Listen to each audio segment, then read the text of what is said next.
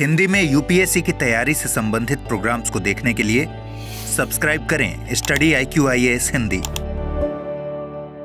नमस्कार, मैं हूं ओम द्विवेदी। स्वागत करता हूं आपका स्टडी IQIAS हिंदी के इस प्लेटफॉर्म पे और स्वागत है आपका मेरे करंट बर्निंग इश्यूज में। आज का जो टॉपिक मैं आपके साथ डिस्कस करने वाला हूं वो है सर्कुलर इकोनॉमी के ऊपर। क्या है ये सर्कुलर इकोनॉमी, इस पर हम चर्चा करेंगे। और खबर क्या है ये भी अब एक बार देख लेते हैं, क्योंकि G20 की एक बैठक हुई है जिसमें कि एक फोरम बनाया गया है, गठबंधन बनाया गया है, जिसके तहत ये डिसाइड हुआ है कि 39 जो आपके MNCs हैं वो सर्कुलर इकोनॉमी जो गठबंधन है उसमें शामिल होंगे। ठीक है, सर्कुलर इकोनॉमी का जो सर्कुलर इकोनॉमी, चक्रीय अर्थव्यवस्था, समझ रहे हैं आप, चक्रीय अर्थव्यवस्था की जो इकोनॉमी है उसको उसमें शामिल होंगे। खबर मैं आपको दिखा देता हूं। खबर देखिए कि 39 MNC come together for the circular economy coalition. ठीक है, जो एक गठबंधन है 39 MNCs उसमें शामिल होंगे। ये G20 की एक पहल, G20 की एक बैठक हुई। कौन सी वाली बैठक, ध्यान रखिएगा, नाम ध्यान रखिएगा। देखिए एक बैठक है ये इनकी G20 का जो environment and climate sustainability working group है। ठीक है, इनकी बैठक थी, मतलब कहने का पर्यावरण और जलवायु स्थिरता कार्य समूह है जो, उसकी बैठक थी, जिसके तहत एक आपका कोalition, एक गठबंधन बनाया गया है। किस चीज का गठबंधन है ये? Resource efficiency circular economy industry coalition, मतलब कहने का कि आपका संसाधन दक्षता और चक्रीय अर्थव्यवस्था उद्योग गठबंधन है जो ये बनाया गया। ठीक है, तो ये बनाया गया, बस इतना आप ध्यान रखिए। बाकी आगे की जो चर्चा है वो आपको मैं इस पूरे वीडियो में करता हूं। और वीडियो की शुरुआत करने से पहले मैं आपको एक इंपॉर्टेंट इन्फॉर्मेशन दे देता हूं जो कि हमारे P2I बैच से संबंधित है। देखिए, जो भी P2I बैच यानी कि प्रीलिम से लेकर के इंटरव्यू तक का बैच जो लोग भी ज्वाइन करना चाहते हैं वो अभी ज्वाइन कर सकते हैं, क्योंकि 22 जुलाई से ऑलरेडी स्टार्ट हो चुका है और 31 जुलाई तक आप इसमें एडमिशन ले सकते हैं। ठीक है, 29,999 29,999 इसकी फीस रखी गई है, लेकिन उसके लिए आपको मेरा कोड ओम लाइव का प्रयोग करना होगा, तभी ये आपको मिल पाएगा। और ये आप इंग्लिश और हिंदी तीनों में से किसी भी लैंग्वेज में यूज कर सकते हैं। ठीक है, इसमें एक जो खास बात है वो भी मैं आपको बता देता हूं, वो है आपकी जो भी बच्चे प्रीलिम्स पास करेंगे उनके आवासीय सुविधा दी जाएगी, मतलब यहाँ बुला लिया जाएगा और स्टडी IQ पूरा रहने खाने का सारा खर्च है जो वो वहन करेगा। ठीक है, तो चलिए शुरू करते हैं अपना आज का लेक्चर। और जो आज हम बात कर रहे हैं वो है हमारी चक्रीय अर्थव्यवस्था यानी कि सर्कुलर इकोनॉमी के बारे में बात करेंगे। ठीक है, क्या है ये सर्कुलर इकोनॉमी, इस पर भी चर्चा करेंगे। तो देखिए, अभी हमारा जो मॉडल चलता है नॉर्मली वो क्या चलता है कि हमने सामान को लिया है ना, बनाया, टेक, मेक और डिस्पोज आप लिख दो। ठीक है, ये वाला चलता है। मतलब कहने का मैंने ये कहा कि हम क्या चीज को लेते हैं, फिर उसको बनाते हैं, उसका प्रयोग करते हैं और फिर उसे बाद में फेंक देते हैं, डिस्पोज कर देते हैं, खत्म कर देते हैं। ठीक है, यहां से ये जो तरीका है, इस तरीके से अगर हम बदलाव करें और जो भी चीज बनी है उस वेस्ट को मिनिमाइज करें, कम करें, ठीक है, तो आप कह सकते हैं हम मॉडल चेंज कर रहे हैं। कौन सा मॉडल कर रहे हैं हम चेंज? हम कर रहे हैं रिड्यूस, रीयूज और रिसाइकल। समझ गए? मेरे कहने का मतलब है कि हम अभी जो उस मॉडल में है वो है कोई चीज को हम बनाते हैं, उसका प्रयोग करते हैं और फिर उसे खत्म करते हैं। उसको हम चेंज करके हमारा जो वेस्ट है उसको हम कम करेंगे, रिड्यूस करेंगे। RRR याद रखिएगा, ये है ना, आप डायरेक्ट लिख सकते हैं इस चीज को, RRR। ठीक है, क्या है कि हम उसके वेस्ट को कम करेंगे, पहली बात। उसके बाद हम उसको क्या है, रिसाइकल करेंगे, दोबारा से बनाएंगे और रिसाइकल करने के बाद उसको दोबारा से यूज करेंगे। ठीक है, रिसाइकल करेंगे और फिर दोबारा से उसका यूज करेंगे। मतलब कि कोई भी जो वेस्ट आपने एक बार बनाया उसको है जो हम क्या करेंगे, उसका पुनः यूज करेंगे, उसके लिए हमें उसको रिसाइकल करना पड़ेगा। ठीक, तो ये बात आपको समझ गई। तो मेन क्या है, हम मॉडल है जो वो चेंज कर रहे हैं, यहां से यहां आ रहे हैं। तो ये किस तरीके से क्या होगा, तो इसमें जो प्राइम इंपॉर्टेंस है, जो सबसे ज्यादा इंपॉर्टेंस दी गई है वो किस चीज को दी गई है? वो दी गई है आपकी एक्सटेंडेड प्रोड्यूसर रेस्पॉन्सिबिलिटी।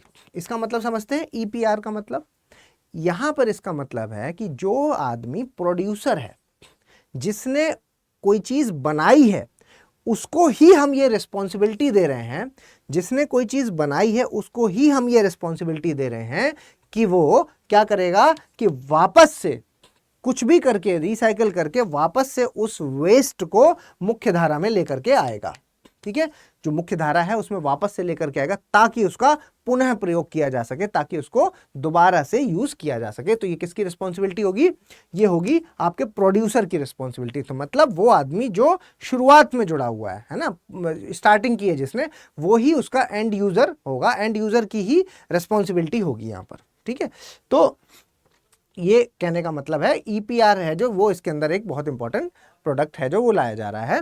आप कह सकते हैं कि ये एक इसका एक इंपॉर्टेंट पॉइंट होगा। ठीक है, एक अगर आप स्टडी की बात करेंगे तो ये पाया गया कि जो आपका स्टील सेक्टर है, ठीक है, स्टील सेक्टर है, उसमें मुख्यतः स्टील सेक्टर में ये चीज देखी गई कि दुनिया का 7% जो कार्बन का उत्सर्जन है वो कौन करता है?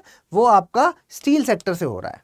तो कहीं कैसे भी स्टील सेक्टर को क्या करना है? हमें स्टील सेक्टर को वापस से रिसाइकल करने पर जोर देना है। ठीक है, तो इस पर एक जो जोर दिया गया। इसके अलावा आप कह सकते हैं जो आपका बायो वेस्ट है, ठीक है, बायो वेस्ट,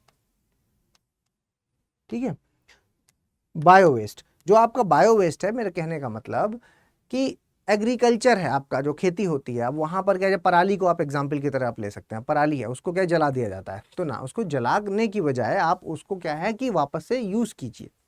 ठीक है, तो एग्रीकल्चर का जो बाद में कटने के बाद जो रेजिड्यू बच जाता है, जो वहां पर चीजें बच जाती हैं, ठीक है, उसको हम क्या करेंगे? वापस से खाद की तरह यूज कर सकते हैं बाद में उसको बना करके, है ना। सरकार ने कौन सी गोवर्धन योजना है जो उसका वो डाली है, उसमें क्या है? उसमें यही तो है कि वापस से जो काऊ डंग वगैरह है जो इनका प्रयोग करके हम जैविक पदार्थ बनाते हैं, मतलब आप कह सकते हैं कि उर्वरक बनाते हैं। ठीक है, तो उसका प्रयोग कर सकते हैं। तो मतलब कि जो भी मार्केट में चीज आई है उसको हम वापस से रिसाइकल करके फिर से पुनः यूज करने की बात कर रहे हैं। ठीक है, यहां पर एग्जाम्पल की ओर से अगर इस आर्टिकल की बात करेंगे तो इस आर्टिकल में एक एग्जाम्पल दिया गया है प्लास्टिक का। ठीक है, कि अगर हम 2021-22 का डेटा की बात करते हैं तो प्लास्टिक है जो वो 41 लाख टन प्लास्टिक है जो वो प्रोड्यूस किया गया, और उस 41 लाख में से 30 लाख, ठीक है, लगभग 30 लाख टन है जो वो वापस से रिलोकेट कर दिया गया, वापस से दे दिया गया, है ना, पुनः उनको है जो वो एलोकेट कर दिया गया जिसने ये बनाया गया था। ठीक है, तो मतलब ये एक अच्छी है, इसको आप एग्जाम्पल की तरह आप ले सकते हैं। मतलब देखो, प्लास्टिक इसलिए एक बड़ा बेसिक एग्जाम्पल है। ठीक है, प्लास्टिक को अगर हम, कई बार ये पहल चलती है कि भाई खत्म करना है, लेकिन आप भी ये बात समझते हैं कि हम सिंगल यूज प्लास्टिक को बैन करने की बात काफी समय से सुनते आ रहे हैं, लेकिन हमेशा दिख जाती है आसपास के शॉपकीपर्स के पास, दुकानों में हमेशा मिल जाती है ना। क्यों? वो बन रही है इसीलिए तो मिल रही है। ठीक है, तो उसके लिए क्या करना होगा? अगर इस तरह के आप सोल्यूशन, अगर मान लीजिए कोई केस स्टडी वगैरह पूछी जाती है तो क्या कर सकते हैं आप इसमें, है ना। तो एक तो देखिए, आप जो मैन्युफैक्चरिंग है जहां पर बन रही है वहां पर बैन लगाने की बात की जा सकती है, ना कि ये जो दुकानदार हैं इन लोगों पर बैन करेंगे, नहीं, जो मैन्युफैक्चरिंग है वहां पर बैन करने की बात कही जा सकती है।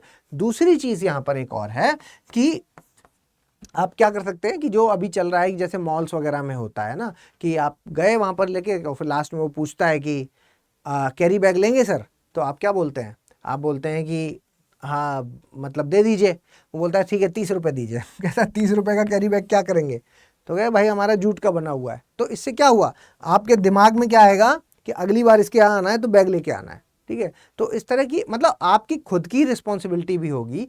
प्लस देखिए, क्लीन एनर्जी की जब भी बात करेंगे, ठीक है, क्लीन एनर्जी की जब भी बात करेंगे तो सबसे मेजर रिस्पॉन्सिबिलिटी पहली किसकी है? खुद की। ठीक है, खुद की।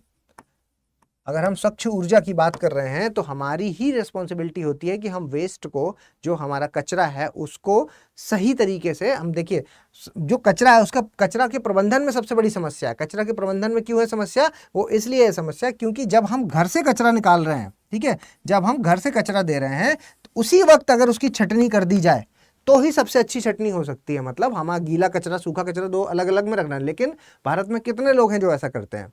एक डस्टबिन होता है, उसमें ही रखते हैं सारा कचरा, है ना। गीला और सूखा है जो अलग नहीं कर सकते। फिर वो बाद में क्या होता है कि म्युनिसिपैलिटी वाले करते हैं और वो उतने लेवल पर नहीं हो पाता। ठीक है, तो यहाँ से ही अगर उसकी शुरुआत की जाए तो हमारी ही रिस्पॉन्सिबिलिटी होती है। इसके अलावा कि क्योंकि इंडस्ट्री लेवल पर ये बहुत भारी मात्रा में जो वेस्ट है, यहाँ पर सिर्फ प्लास्टिक की बात नहीं हो रही है, यहाँ पर तो क्या सारे तरीके की वेस्ट की, स्टील के बारे में भी मैंने आपके साथ चर्चा की। तो ये आप देखिए फोटो से आप ये समझिएगा कि यहाँ पर क्या है, रीयूज, रिसाइकल और रीड्यूस, है ना, ये है। और रीमैन्युफैक्चरिंग इसी का हिस्सा हो गया भाई, रिसाइकल कर रहे हैं तो मैन्युफैक्चर बना के ही तो कर रहे हैं, ठीक है, तो ये इसी का हिस्सा हो गया, ठीक है। तो ये यहाँ पर एक इम्पॉर्टेंट आपको समझ में आ रहा होगा कि इस तरीके से चक्र एक बन जाएगा पूरा। और इसके फायदे क्या होंगे? फायदे ये होंगे कि जो आपका रॉ मटेरियल है, ठीक है, उसको कम लगेगा, है ना, कोई नई चीज़ बनाने में आप अपना पुराना वेस्ट वाले पार्ट है जो उसका प्रयोग कर सकते हो।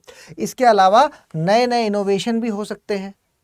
इसके अलावा जो प्रोडक्ट बनेगा वो मजबूत बनेगा क्योंकि ध्यान रख के बनाया जा रहा है, ठीक है, इस पर भी ध्यान दिया जाएगा, इसके फायदे हो सकते हैं। इसके अलावा नौकरियां लोगों को ज़्यादा मिलेंगी, जो क्षमता है जो वो बढ़ेगी देश में चीज़ों की, और आप कह सकते हैं विकास में बढ़ोतरी होगी, ठीक है। इसके अलावा सबसे इम्पॉर्टेंट कि कार्बन का जो उत्सर्जन है वो है जो कम होगा, ठीक है, कार्बन का एमिशन है जो वो कम होगा। तो ये सारी चीज़ें हैं जो वो आपकी सर्कुलर इकोनॉमी का हिस्सा है, जिसमें कि सपोर्ट के लिए आप देख रहे हैं, आपने न्यूज़ देखी कि 39 MNC है जो उन्होंने साइन किया है इस पर, ठीक है। तो ये है हमारी आज की सर्कुलर इकोनॉमी से रिलेटेड खबर। तो मेरे ख्याल से ये इन्फॉर्मेशन आपको पसंद आई होगी। तो अगर आपको ये इन्फॉर्मेशन पसंद आई है तो प्लीज़ लाइक, शेयर और सब्सक्राइब कीजिए। उसके अलावा अगर आप मेरे साथ टेलीग्राम में जुड़ना चाहते हैं तो ये स्कैन करके आप ग्रुप के साथ जुड़ सकते हैं और इससे आप चैनल के साथ जुड़ जाएंगे, टेलीग्राम का जो मेरा चैनल है उससे। इसके अलावा अगर आप कुछ भी स्टडी IQ में परचेज करना चाहते हैं तो ओम लाइव कोड का इस्तेमाल आप कर सकते हैं। किसी भी तरह के कोर्स के लिए आप ओम लाइव कोड का इस्तेमाल कर सकते हैं। जल्दी मिलेंगे अगले लेक्चर में, तब तक के लिए धन्यवाद। हिंदी में UPSC की तैयारी से संबंधित प्रोग्राम्स को देखने के लिए सब्सक्राइब करें स्टडी IQ IAS हिंदी।